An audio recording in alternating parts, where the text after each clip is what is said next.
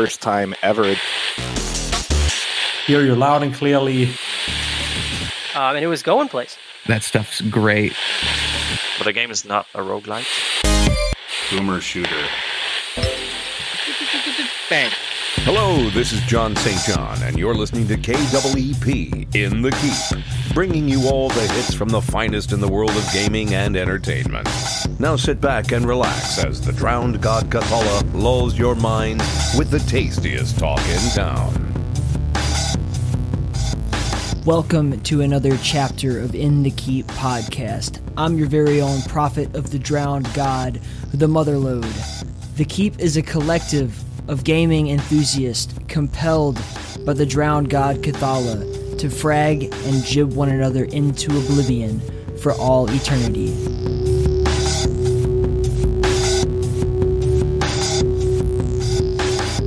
Alright, this week on the show we've got M3ssia and Nico of the US QuakeWorld Discord community. They are an awesome organization who strictly focuses on QuakeWorld, which is, multiplayer for Quake 1. If you're not familiar with it, definitely go check them out. It is a absolute gem and just a landmark game in everything. Like, all arena shooters come from QuakeWorld. So if you claim to be an arena shooter fan and you haven't played QuakeWorld, I don't know what you're doing. But anyway, this is a fun time. We've had M3ssia on the show before, very early on, and it was amazing to catch up with him and also to kind of get to know Nico a little better too. They are here to promote their upcoming event, but I'll let them pitch it on you before we get into it. If you are listening to this when it comes out, you have a few days more. I think it's, Tuesday? So you have till Friday is when the Pigeon Classic annual AFPS charity event starts. All the details are on our website, inthekeep.com. Go check it out. Music this week is by none other than the incredible Immorpher, creator of amazing dark ambient music, specifically for Doom and Quake mods and things like that. So enjoy the darkness for a few, and then as soon as it's over, you will be in the keep with Nico and M3ssia.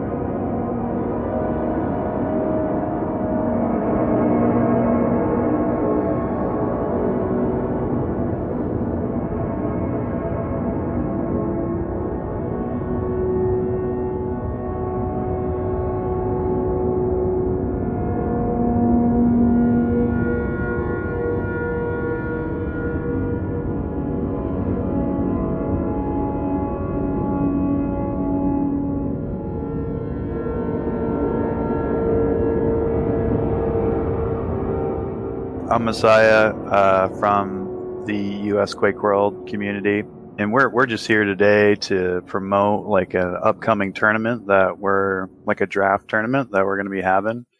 But my community overall, just does daily events for QuakeWorld, stuff like FFA, 2-on-2, 4-on-4, newer stuff we've been doing like Clan Arena, CTF nights, stuff like that. So yeah. I'm Nico. I'm a player in the US QuakeWorld community, and I'm going to be adminning a 4-on-4 draft league coming up here pretty soon. So what's changed, M3ssia, since the last time we spoke? Because it's been, that was 50 episodes ago or something like that? Yeah. It's been a long time, and I mean, a lot of has changed just in general. At the time, you were not, doing, I don't even know how to word it. You've expanded your horizons since then. Like, this has gone a long way from where we originally started out. So this is a strictly Quake World now, if I understand correctly. Yeah. Yep. Okay. And I don't know, it's wild. I haven't been able to keep in touch because everybody that, I originally was keeping track of, we've all gone our separate directions and done so many awesome things that it's really hard for me to know who's doing what and what's going on. So what's going on? Yeah. I think when we spoke the first time, I just had servers in New York. Mm-hmm. And at this point, I've got them in San Francisco, Chicago, Dallas, Toronto, and then the originals in New York. And then back then I was really only doing maybe like an FFA event, and then possibly like a 2-on-2 or some other type of game mode. But yeah, we're up to daily events now, so we do all 7 days of the week, different game modes each day. And I've just tried different stuff out. The community's grown and gotten bigger, and a lot of players have kind of come back that were inactive before. So there's been just a big talent boom in like the last year or so. And because of that, stuff like 4-on-4, for instance, has become really popular. Like when we do 4-on-4 nights, you get a lot of talented guys, a lot of kind of, more recognizable named guys in there, which attracts more and more people. And those become the kind of bigger event nights. And that's kind of what's, sparking me to really want to back up a tournament admin to run a tournament for 4-on-4. How do you guys handle 7 nights a week having games going? Are you guys working in shifts, or are you there every single night? Like, how do you have a personal life and play Quake 7 nights a week? That is bizarre. I don't play 7 nights a week. Yeah, I have other moderator people that are in the Discord as moderators, but when they host, a night or 2 a week, they have like an admin code for the server if there's ever an issue or whatever. And so people pick their game modes they want to play, and they pick their time, which actually worked out that we all just scheduled for the same time for every day of the week. But yeah, that's how we do it. Just different people rotate different days, basically.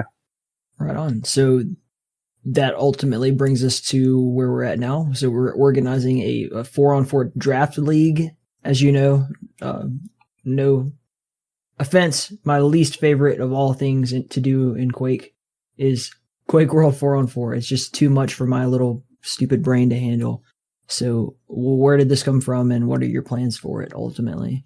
So I just noticed that, we're getting the 2 4-on-4 events a week, usually full all night, plenty of spectators, and I actually played a tournament, a 4-on-4 draft tournament in Europe called Get Quad, and they're actually taking a break this season. I guess one of the admins is on vacation, and I was really bummed out about not getting to play the next season. I figured if we have all these players in NA, filling these servers 2 nights a week, plenty of specs, I'm sure we could just get our own draft tournament going on our own servers, don't have to play in Europe.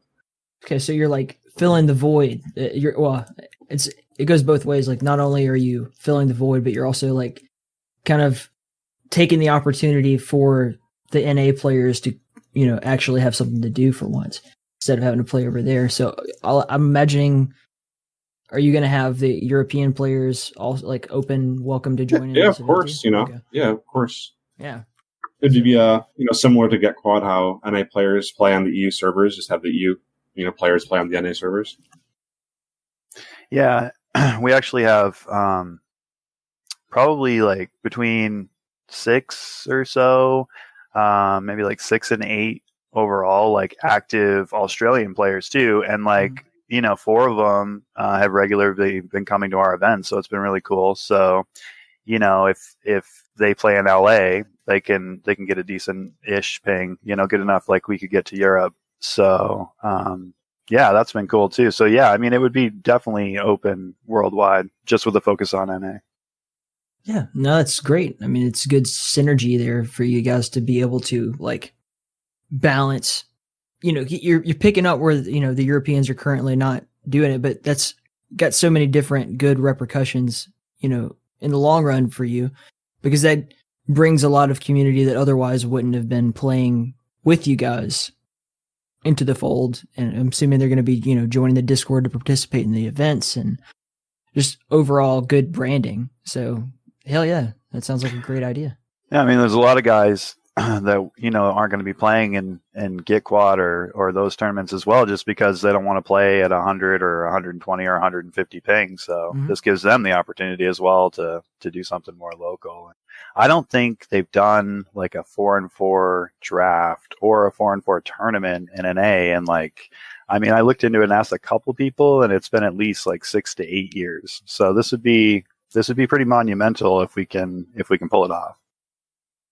So are you drafting players based on like skill level? So, I mean, you don't want 2 Locktars and 2 BPSs or... Right. So I think the idea would be that, as tournament admins, we'll seed the players by skills first, just on our our own judgment from what we've seen, what we played with them, and then the best players will then be the captains.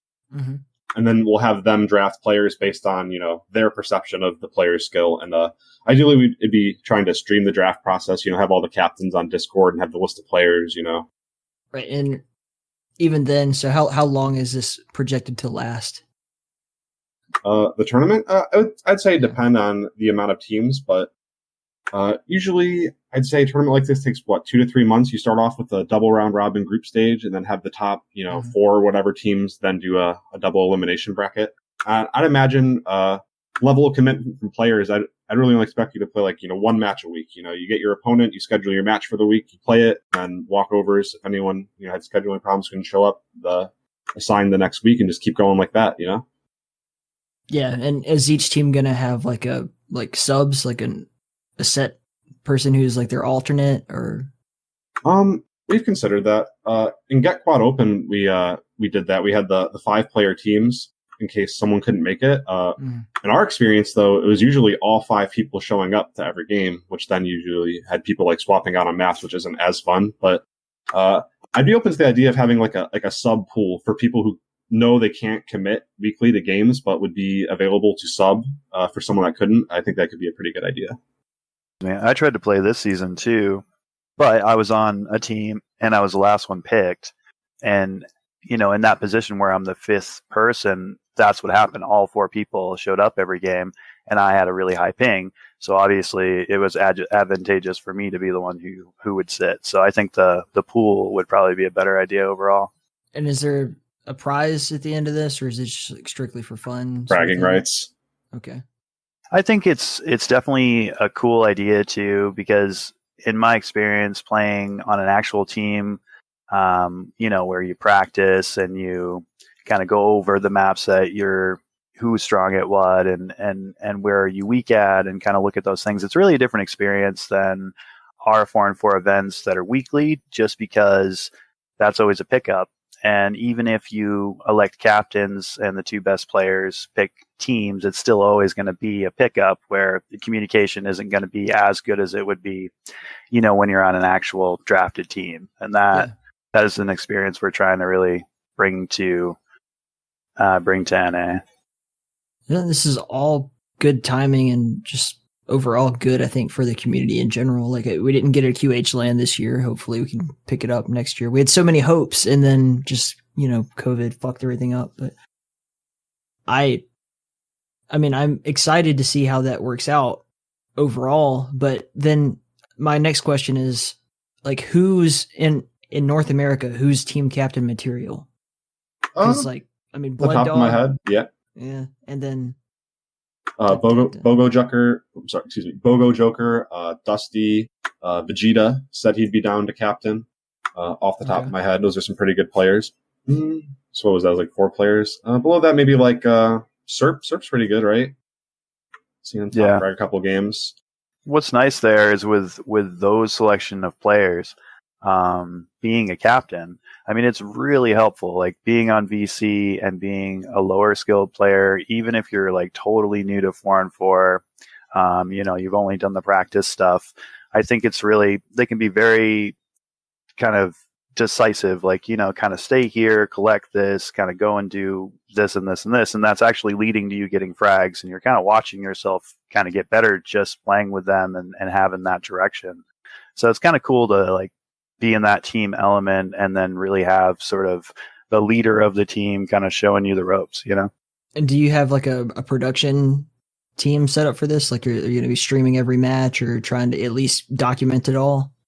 No dedicated production as of yet, I guess. I guess, the position's open. I'm definitely going to try and stream as many games as I can, but no guarantee that I could be there for all of them. So that is a good idea to maybe just cast it after the fact, download the MVD and just get it on YouTube.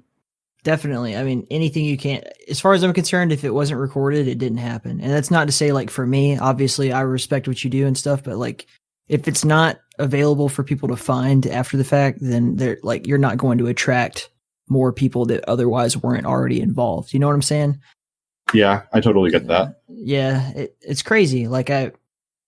Because QuakeWorld is still even here we are, like over a year later from when Messiah and I had originally had this whole like, we must bring QuakeWorld into the limelight, and a lot of great work has been done since then.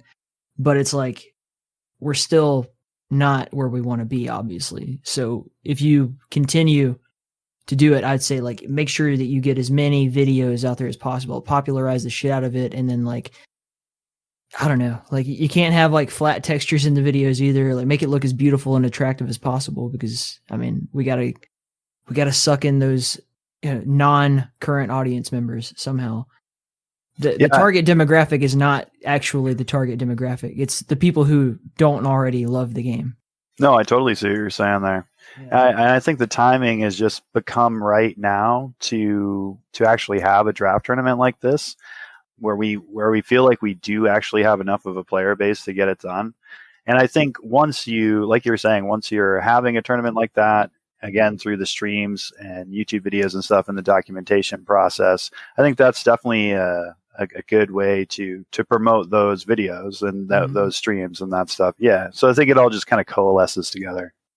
Yeah. And I mean, I can't guarantee my own participation as far as like, I don't know that I could commit to broadcasting every one of these things or anything like that. But if you send me, like, you guys have your own YouTube channel, right? Like the US QuakeWorld. Yeah. So like put it all on there, make a nice playlist of it, put it in order. Like I'll try to write an article, anything that I can do to kind of promote what's going on. Cause I'm not going to sit here and pretend like I'm even remotely close to being on your level in terms of the love for the game, but you'll always have my undying respect for QuakeWorld. No, yeah, I really appreciate that. Yeah. It's just, man, it's wild. Like, this is going to be really cool. It's going to bring in a lot of attention. I'm actually quite excited. It's weird, like how we've had kind of with Doom over here in the corner. I don't mean to like make you mad at me or whatever, but like Doom has been doing really great this year because of like the Take the Crown stuff. So I think that definitely like a higher production value, and then putting that, having money or some kind of prize at the top of it, it works magic. That's what people get fucking excited for. So I hope that you can replicate that and do the same thing here. Yeah.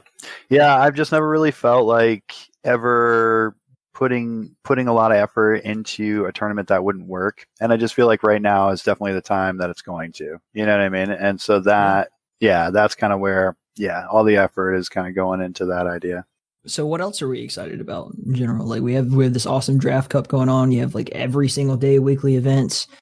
But what else has changed or advanced in the world of QuakeWorld? There's about to be a 2-on-2 tournament going on in Europe called Hammer Time. Pretty exciting. A lot of custom maps in that one. We've got Bravado and Shifter. Very exciting. It's weird that like Bravado and Shifter are still considered like new maps, even though they've been around for years. But it is like, it's such a slow moving process. But the last time we had our tournament, like that was like, we had, I think Bravado and Shifter were both in there, and people were like, "Oh, this is so refreshing. I've never seen these maps before." I'm like, they've been around forever. Come on. They're great maps. Actually, arguably better than some of the original maps. Definitely. Yeah, I mean, since the last time we've talked, there's been a lot of work on the renderer done. I mean, the new standard is 3.2.1 when you install just nQuake, and that has GLSL rendering in it as well within the standard renderer. And then 3.6 is in a really stable place where it's pure GLSL renderer. And yeah, I mean, frame rates have just been, going up and up and up for me. So yeah, I mean, I'm really excited about the new renderer stuff. So nQuake is still the place to go for people who want to get in there and join up, because I've messed around with a whole lot of different options and I can't find anything that, between EasyQuake and nQuake that fits the needs as well as I need them to. Even like I played in a NetQuake, like a 2v2 clan arena tournament, and that fucking sucked. I hated that. Absolutely. Yeah, well, I mean, yes, because there was just an update. I think Blood Dog personally did it, but yeah, he just updated all the repos so that absolutely, if you're installing it, you're going to be grabbing at least 3.2.1 as the default. So yeah, I mean, it's definitely a great package to just grab and play. Easier than ever, I'd say. Yeah. But do you like what else is out there, or do you have other opinions? Because there's always, at least in my experience, there's always like the quick answer of like, yeah, this is the easy thing, just go ahead and grab that. And then there's like but what do you use? And then you get like 10 million other answers. Like, I think Nquake might honestly just be the easiest and the best thing. I don't think you can really beat Easy Quake. Nquake comes with Easy Quake 3.2. I think 3.6 is a little better. You got, some more features and stuff, but 3.2 is fine. Yeah, I mean, I just use raw Easy Quake. I don't use the Nquake PK3 or any of that stuff. That's what I like to hear, Messiah. Thank you. So, I mean, like, if you want to go that route, it's just as easy. I mean, you can grab Easy Quake right from our spawn link and then just throw that in a folder with id1 and boom, connect to a server and you're good to go. So, I mean, and essentially that's pretty much as raw as you can get, as kind of close to like GL QuakeWorld as you can get. So, Nico, what is it about QuakeWorld that, inspires you so that you would want to torture yourself by putting on a draft tournament? It's just so fun. I don't know. I've played so many other, arena shooter games or whatever, and none of them really hold a candle to QuakeWorld. It feels like it's so fast. The weapons are so absurdly powerful. The maps are so crazy and weird. And the team play required in 4-on-4, it's great.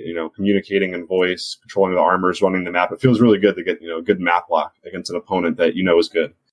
If I were to design my 100% perfect arena FPS, for me, it would be essentially exactly like QuakeWorld, except I would do away with all of the weapons that weren't grenades, rocket launcher, and lightning gun. I would have them all the same, just those 3 weapons. And then the one other change I would make is I would have auto hop, because man, my old thumb just can't handle it. Yeah, I think the jump buffering is kind of stupid. I think auto hop doesn't really take away, from the skill required or anything. Yeah. You got to put it on right click, man. You got to be. Yeah, true. Fuck all that noise, dude. You got to put it on right click. No, that's my LG button. See, I can't get rid of right. that. Well, that's the trick. You got to put it on right click so that you're not wearing out your other hand that you're pushing all your other directions with. On default rule set, could you have auto hop with the script, with the movement script maybe?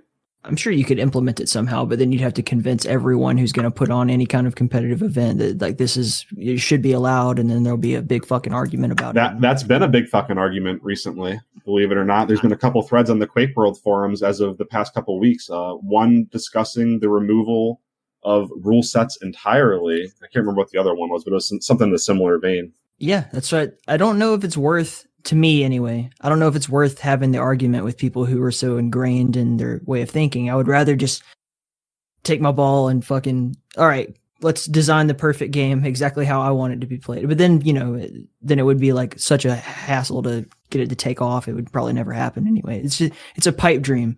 But that's if I could change one thing, that would be it. Give me auto hop in QuakeWorld, and then I would be way more inclined. Yeah, I mean, you could definitely pull it off with a script, but then you'd have scripts enabled. So there you go. But I mean, it doesn't matter unless you're playing a tournament. So, but yeah, you could do it. Definitely in the pickups. I've never seen anyone mind someone having default rule set. We play with team overlay on. It's very different from the other regions. Just make it a setting I want to open up options to auto hop on, done, and then never have to worry about it again. I would personally totally be down with that.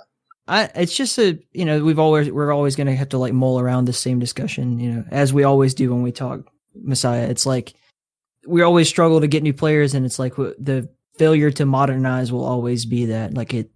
We've got to have it be as easy as possible. The intro to playing QuakeWorld, we can't make the game easy. Obviously, it's got to be the hardest, fastest arena shooter ever made, as it always has been.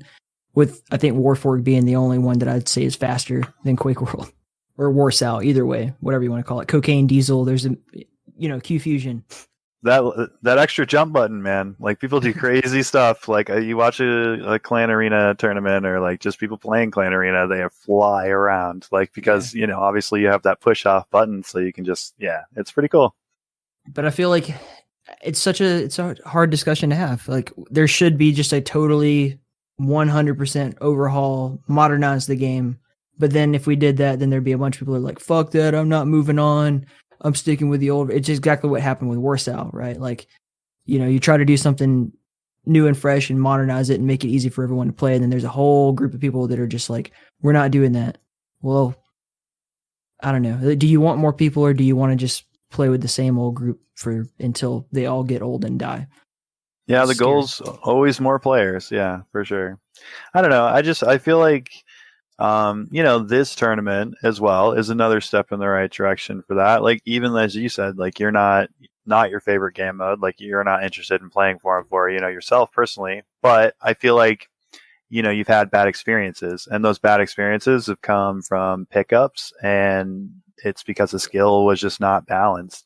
You know what I mean? And it's like, if your first experiences have been like team play, where like you're actually on a team and you actually are balancing your skills sort of even in your positioning or what's going on, based on that, I feel like it just could really help people enjoy it a lot more.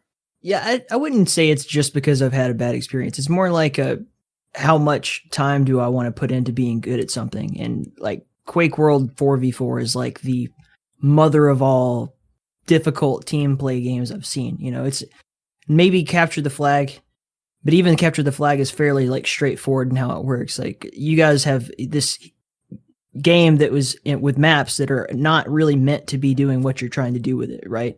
So what you end up with is a lot of like, who's the best player, and then everybody just cycle the weapons and the power-ups towards that person. And then the weapon respawn rate is so slow in QuakeWorld that it's just not Quake 3. It's not like what people are used to in terms of like how this is supposed to work for them. That's true. Yeah. QuakeWorld 4-on-4 is a very unique game mode to arena FPS in general, right? And you're right about that. But I mean, the overall goal is to kind of stack your whole team and to kind of control the whole map. And even if you can't get map lock, you still are going to want to stack 2 or 3 players.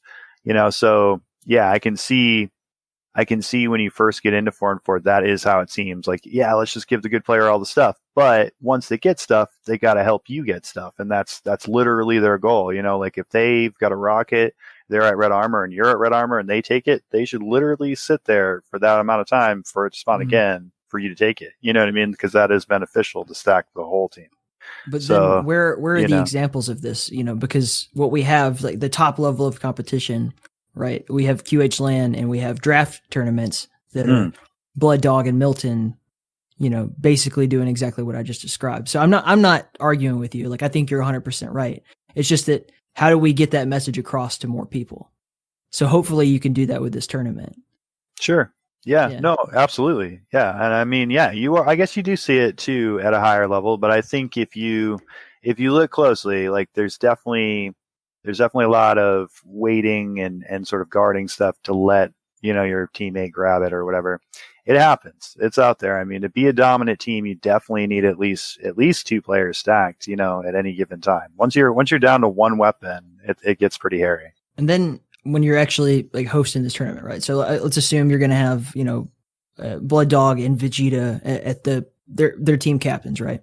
And then you have a disparity between the 2 team captains. So are you going to try to like stack it so that, if you have one really strong team captain, the other team gets like 2 medium strength players to kind of try to balance that out?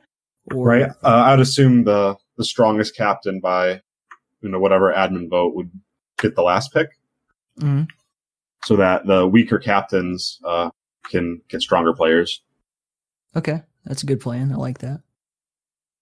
It's hard to split hairs too. I mean, to be honest, some of these guys the skill level is so close. It's pretty hard to say like, well, you're significantly better, so you got to be put into the back of the line there. Like, I'm not so, you know what I mean? It's like Blood Dog, Bogo Joker, who knows? On one day the one's better, and one day the next is better. On one map, the one's better. Even Yeah, so it's hard to like an ELO ranking system of any kind going on, or we do not.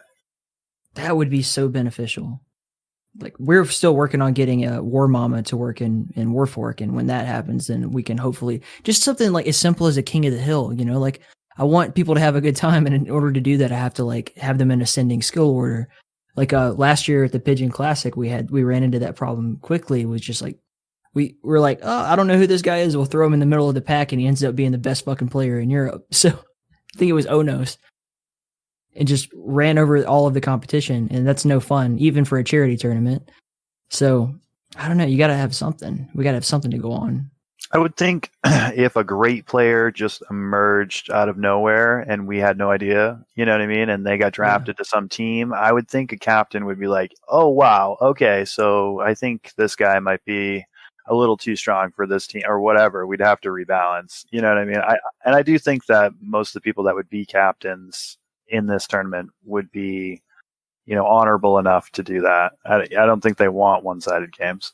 Yeah, and it's not for money or anything. It's just strictly for the sake of celebrating the game and having fun. So I'm sure you're right. You are far more entrenched and have a deeper rooted history with this community than I did at the time with, you know, the Warsaw community.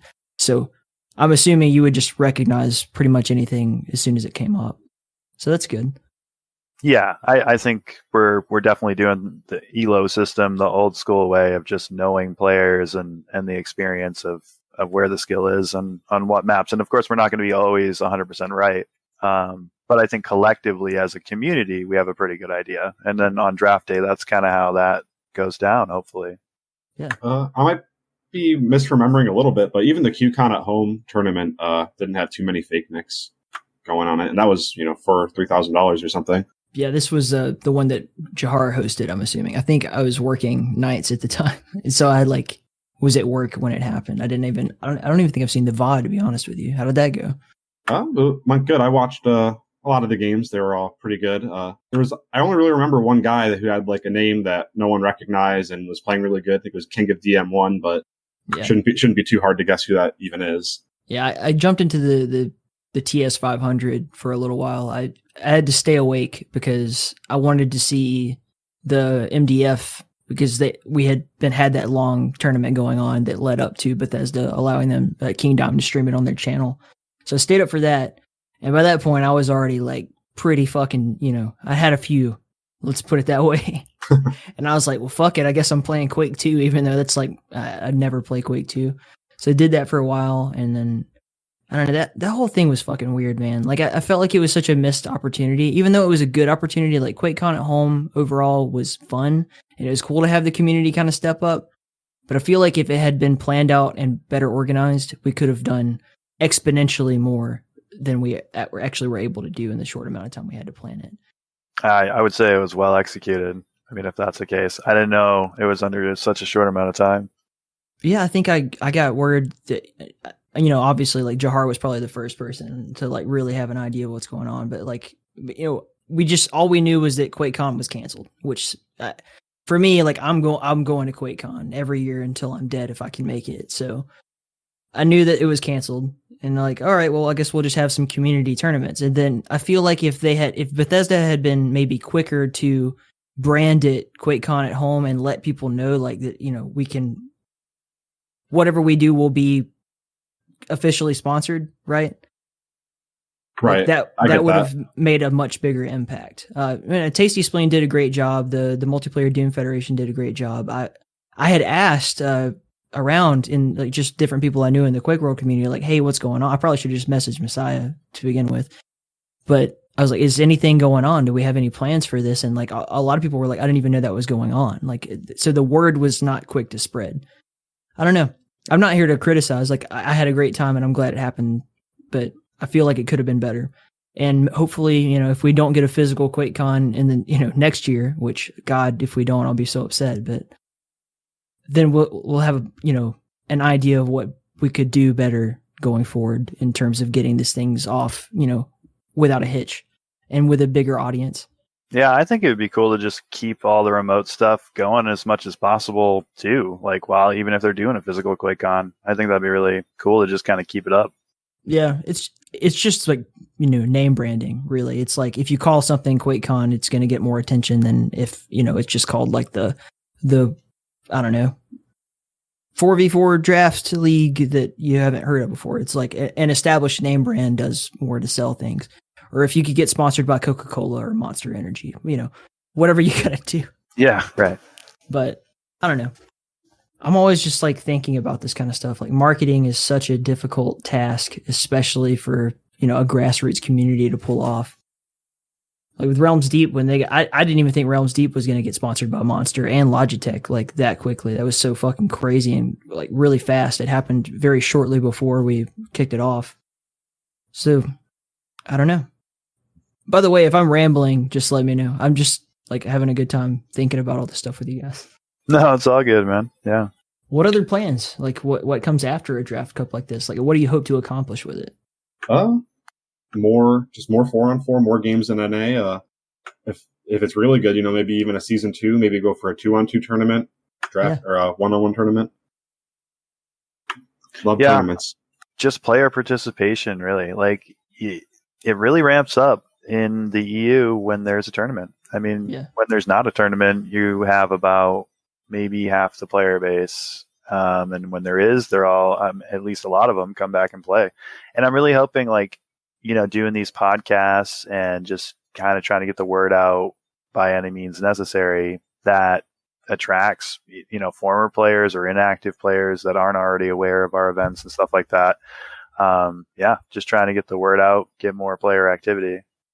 Yeah, I've got to do a better job of like getting a community cork board kind of situation going on with the podcast. Like I would like to, I attempted to do this before, but then people would so rapidly like change their schedules or change their whatever organization or whatever the fuck it was. And then I would feel like an idiot because I'd record it like, 2 or 3 weeks beforehand and then have it ready to go out. And by the time it came out, it would be like false information. But like some sort of like, hey, if you're looking for XYZ type of, competition or community or whatever, like just go to this place and at this time and it'll happen for you. I would say it's been like a year now, Messiah, consistently 10 p.m. Every day. It wasn't every day at first, is every day now, but 10 p.m. every day at this point. There's QuakeWorld games going on in North America. So 10 p.m. Eastern? Eastern, yeah. Okay, so 7 to 10, yeah. Yeah, and I mean, if you join the Discord, there is a schedule, and then if you just click that, it shows each day, each game type, and then who's hosting it and stuff like that. And these are all like just kind of every night it's a different mode and then pickups, right? It's not. Yeah, there's a 2-2-on-2 nights, 2 4-on-4 nights, a clan arena, a free for all, and a capture the flag. Okay. Yeah, and I mean, I've done stuff, one-offs sometimes with other mods or whatever. Like right now, I've got an Instagib port that has all the original Fragtown maps. And I just opened matchless CTF ports in all the regions too. So I don't know, like we've just been trying to, you try to run the gambit of all the different players and all the different game types that they're looking to play. And it really is different. I mean, the people that we have playing CTF, for instance, like I don't see them usually playing any other game mode. And then like all the guys that are coming from the Netquake community, that's all they play. Like that's all they ever play is CTF. Which is such a 180 difference from the QuakeWorld community that's pretty much just walked away from it. So it's interesting. And then there's all that kind of collaboration with a lot of the people that are playing NetQuake are actually coming over and playing QuakeWorld CTF. So that's cool too. Yeah. And forever I've been like Mr. Duels, but even recently like Diaboticals had this 2v2 aim arena. Have you tried it out? I have not. It's like, it's basically 2v2 clan arena, but you have each person has 2 lives. So it's a little bit, it just adds a little bit more dynamic to it where, I don't know, it just restored my faith in being able to play team modes. Kind of sounds like a fighting game, like a tag team fighting game, Yeah. No, so that's neat. It's dope. I mean, they have a lot of really interesting modes going on, like with MacGuffin and, Wipeout is interesting. MacGuffin, that's one flag CTF, right? That's what that is? Yeah, but it's got like a coin system. It's more complicated than I want to think about right now. Okay, right, okay. But I don't know, whatever gets young people playing arena FPS in general is, I think, overall good for the whole community. Even, some people were pissed about it. Like, oh, it's on the Epic Store, fuck that shit. I'm like, hey, fuck you, man. We want more people playing this. And if we're literally taking people from the Fortnite community and putting them in the arena FPS community, then win for us and the world would be a better place for it. So, absolutely. Yeah. I mean, I was saying that earlier today is, I've seen streams where there are people playing Diabolical for the first time and they've never played an arena FPS before. And they're semi-popular streamers explaining to their audience that here's the difference between, I usually play Overwatch, but today I'm playing this, and this game, like, it doesn't have hero abilities, and it's actually all about skill. And they're like literally breaking down like an arena first-person shooter for an audience that may not know about them. So like that. And making it sound like it's this brave new idea. Yeah, and it's really, I think it's a good time for us to have this kind of a tournament, because it might be the time we might be having more arena first person shooter players, because of this game. So that's really cool. Yeah, it always had, like, every time something comes out, it's like people, Quake Champions came out. I was one of that wave where I'm like, I come back to Quake from that, and then you just end up going all the way back to the beginning. Like, they always trickle down back to the Quake worlds, things like that, man. No. Do you have a lot of crossover, do you find? Like, do you actually see players that are like, oh, I joined Quake Champions, or I joined Diabolical, and then I just kind of found my way here? Or is it... I've seen a couple CPM players, but I don't know about anyone coming over from Diabolical just yet. Yeah, right. They're still playing Diabolical. Right. Give it a couple months. They'll get frustrated, like, oh, fuck this, the queue times suck, the ranking system sucks, I just want to play skill, dude. And then they'll end up with you. That's the plan. That's, I'm tenting my fingers and hoping that's the case. Yeah. Yeah, no, but I mean, yeah, I think that definitely there's people that I've met that have come from games like Counter-Strike, and didn't really play AFPS before. So I don't know. I think there's people coming from all first-person shooters, really, that are coming to arena first-person shooters maybe now for the first time even. So I don't know. I don't think it's... So I used to think that it was really segmented between just arena first-person shooters and then the rest of the shooters, like, your Call of Duties or your tactical shooters or whatever. But I don't know. I think it's closer than that. I think people are more willing to try a game if it's from the right perspective. You know what I mean? Yeah. You see it, you think it's cool, it looks cool on a stream, you're like, yeah, I'll give it a shot. I thought very similarly until what's been really kind of blowing my mind lately is the bomb mode in Warfork, and how many, like, because it's basically just Counter-Strike with arena FPS physics, right? It's pretty fun. I haven't played the Warfork, but I've played the Cocaine Diesel. I'm told it's pretty similar. Cocaine Diesel is like quite literally just that. The only qualm I have with Cocaine Diesel is I really want them to change the name. Like, otherwise, like, I just don't. I don't see, mom being okay with her, 12-year-old son sitting around playing Cocaine Diesel. But I've heard through the grapevine that they are, like, planning on giving it a more serious name as they work on it and everything. It's just kind of like operating code name. Yeah. Yeah. But just in general, like, there's definitely a crossover between those two games for sure. And when you put something out for free on Steam, which is what happened with Warfork, like, there's all of a sudden there's just this huge influx of people who never ever would have played War. I thought Warsaw was 100% dead. I mean, that was one of those, like, games that I originally was like, this is such a cool game, I'm going to reach out to their community, and I got just shit on. As soon as I got there, I was like, nope, never mind. That game's fucking done. And Warfork really did a great job of, it's still happening, but just getting more people, new people who wouldn't have touched it otherwise, interested. And I think that having Diabolical for free on the Epic Store is going to do even better than that, realistically speaking. It's closer to a AAA title. So it's really bringing AFPS on the forefront of people's minds. And then from there, they can discover the other games. Yeah. Whatever flavor of ice cream you dig, I don't really care, as long as you're, buying ice cream, because that's what I'm selling. So.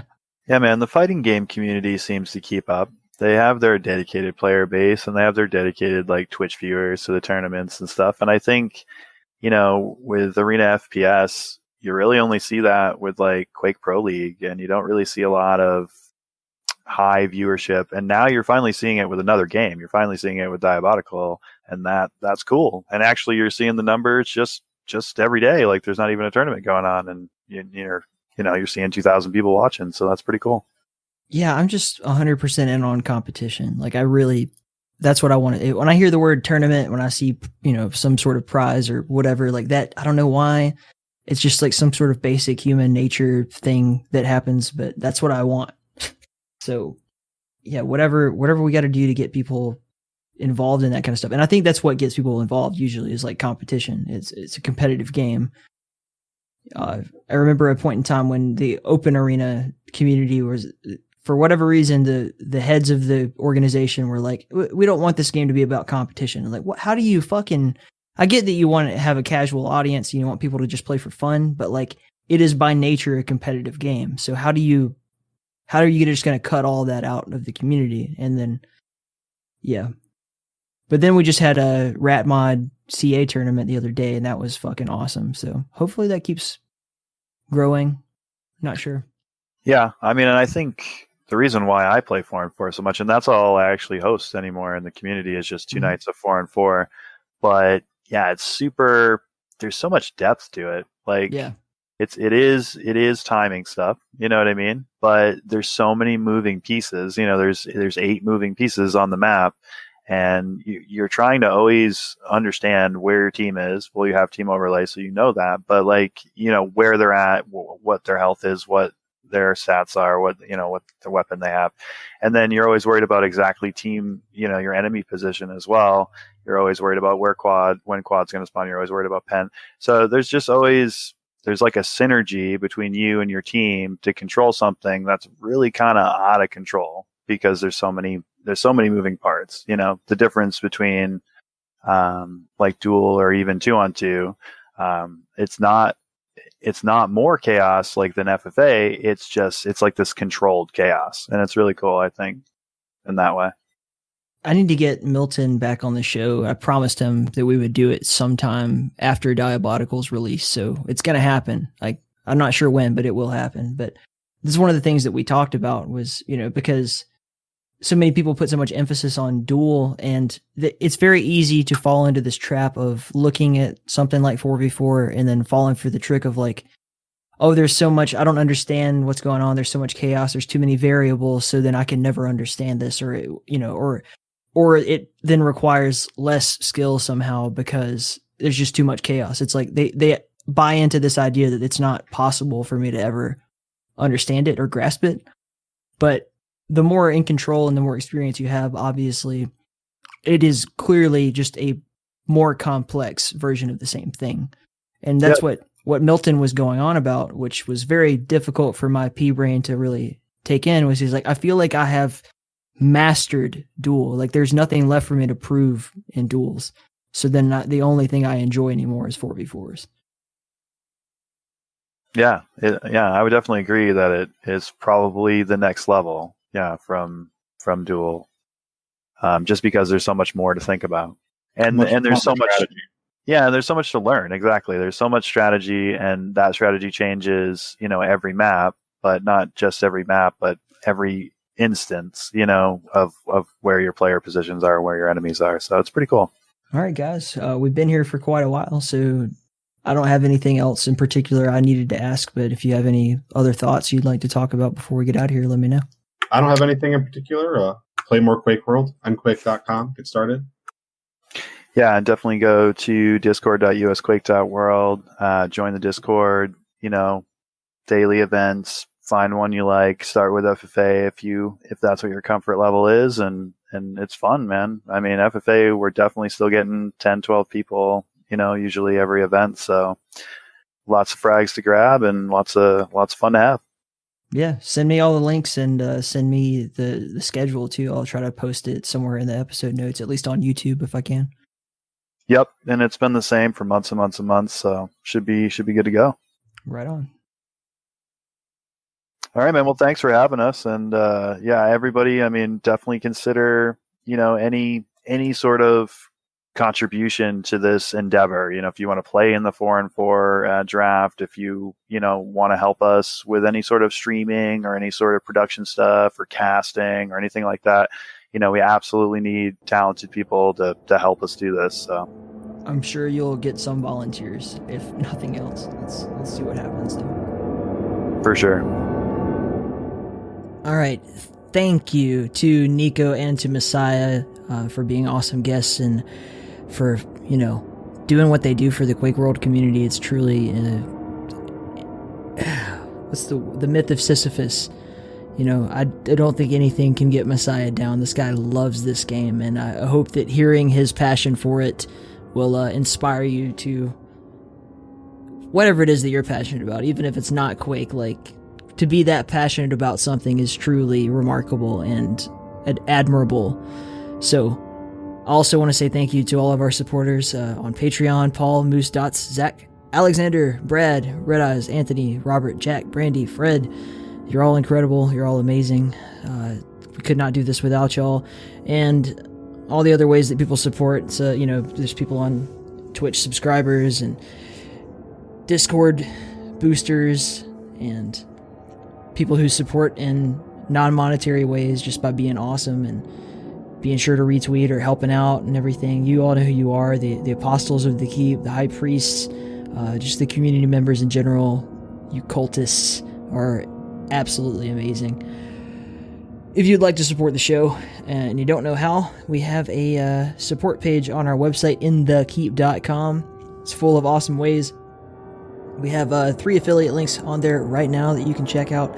First one's going to be Amazon. Second one is going to be Buzzsprout, a place for hosting podcasts. And the third is Instacart, where you can get your groceries delivered to your front door in as little as an hour. So all of those are very helpful to us. If you need those services or are going to use those services anyway, just click on our links and use them. Make sure you go check out our friends over at QuakeFans.net, and also check out the Quakecast at quakecast.podbean.com. Till next time, stay in the keep.